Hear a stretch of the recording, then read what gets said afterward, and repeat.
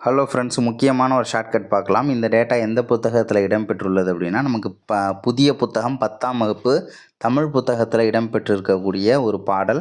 ஆசிரியர் வந்து காளமேக புலவர். எப்படி இந்த பாடலையும் இந்த ஆசிரியரையும் நம்ம லிங்க் பண்ணி ஷார்ட்கட்டாக ஞாபகம் வச்சுக்கலாம் அப்படிங்கிறத பார்க்கலாம். கத்துக்கடல் சூழ் நாகை காத்தான் தன் சத்திரத்தில் அத்தமிக்கும் போது அரிசி வரும் குத்தி உலையிலிட ஊர் அடங்கும் ஓர் அகப்பை அன்னம் இலையில் இட வெள்ளி எழும் அப்படின்ற ஒரு பாடலை வந்து பாடியவர் யார் அப்படின்னா காளமேக புலவர். ஸோ இதை நம்ம எப்படி ஞாபகம் வச்சுக்கலாம்னா, இங்கே வந்து கத்துக்கடல்னு சொல்லி வந்திருக்குல்ல, கத்துக்கடல் கடல் அப்படிங்கிறத மட்டும் என்ன பண்ணலாம், நம்ம ஞாபகம் வச்சுக்கலாம். கடல் அப்படிங்கிறத இந்த பாடல்லேருந்து எடுத்துப்போம். அதே மாதிரி இங்கே காளமேக புலவரில் மேகம் அப்படின்னு ஒரு வார்த்தை வருது. ஓகேவா, அங்கே கடல் அப்படின்ட்டு இங்கே வந்து மேகம் அப்படின்னு சொல்லிட்டு வருது. கடல் அப்படிங்கிறத நம்ம எப்படி லிங்க் பண்ணலான்னா, கடல் இங்கே மேகம். கடல் உள்ள பகுதியில் அதிகமான அந்த ஹைட்ராலஜிக்கல் சுழற்சி நடக்கும்ல. ஹைட்ராலஜிக்கல் சுழற்சினா அதுவும் புத்தகத்தில் இருக்கக்கூடிய டேட்டா தான், சும்மா தெரிஞ்சுக்கோங்க. அதாவது நீரானது ஆவியாகும், ஆவியான நீரானது திரும்ப மழையாக வந்து பூமிக்கு வந்து செல்லுது. இந்த ப்ராசஸ் வந்து நடந்துக்கிட்டே இருக்குல்ல.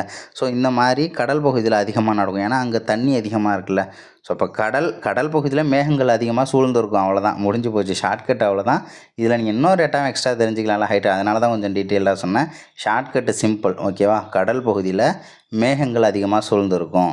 காடுகள் பகுதியெல்லாம் பார்த்தோம்னா, எந்த பகுதியெல்லாம் காடுகள் அதிகமாக இருக்கும், ஸோ அந்த பகுதியிலையும் மேகங்கள் அதிகமாக சூழ்ந்துருக்கும்ல. அதே மாதிரி நீர் எங்கெங்கெல்லாம் அதிகமாக இருக்குதோ அந்த நீர் உள்ள பகுதியிலையும் மேகங்கள் வந்து அதிகமாக சூழ்ந்துருக்கும். அதேமாரி இங்கே கடல் பகுதியில் மேகங்கள் அதிகமாக சூழ்ந்துருக்குன்றதை மட்டும் நம்ம ஞாபகம் வச்சுக்கலாம்.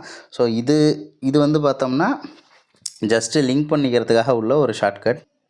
வேறு என்ன கூடுதல் தகவல் தெரிஞ்சுக்கலாம் அப்படின்னா, இந்த காளமேக புலவரோட இயற்பெயர் என்ன அப்படின்னு கேட்டாங்கன்னா வரதன். ஓகேவா, காளமேக புலவரின் இயற்பெயர் என்ன அப்படின்னு கேட்டாங்கன்னா அதுக்கு வந்து ஆன்சர் வரதன். ஏன் வந்து இவருக்கு, அதாவது வரதனுக்கு ஏன் காளமேக புலவர் அப்படின்ற பெயர் வந்தது அப்படின்னு கேட்டாங்கன்னா, மேகங்கள் எப்படி விரைவாக மழை பொழியுதோ ஸோ அதே மாதிரி விரைந்து பாடக்கூடிய ஒரு திறமை பெற்றவர் தான் அந்த வரதன். ஓகேவா, மேகங்கள் எப்படி விரைவாக மழை பொழியுதோ பூமிக்கு, அதே மாதிரி விரைவாக பாடக்கூடியவர் தான் இந்த வரதன். ஸோ அதனால் வரதன் என்பவர் காளமேக புலவர் என அழைக்கப்பட்டார். அதனால தான் வரதன் அப்படின்றவரை காளமேக புலவர் அப்படின்னு சொல்லிட்டு அழைக்கிறாங்க. இதோட ஷார்ட்கட் இந்த பாட்டுக்கு என்ன, கடல் சூழ்ந்த பகுதியில் மேகங்கள் அதிகமாக இருக்கும் அப்படின்னு நம்ம ஞாபகம் வச்சுக்கலாம். தேங்க்யூ.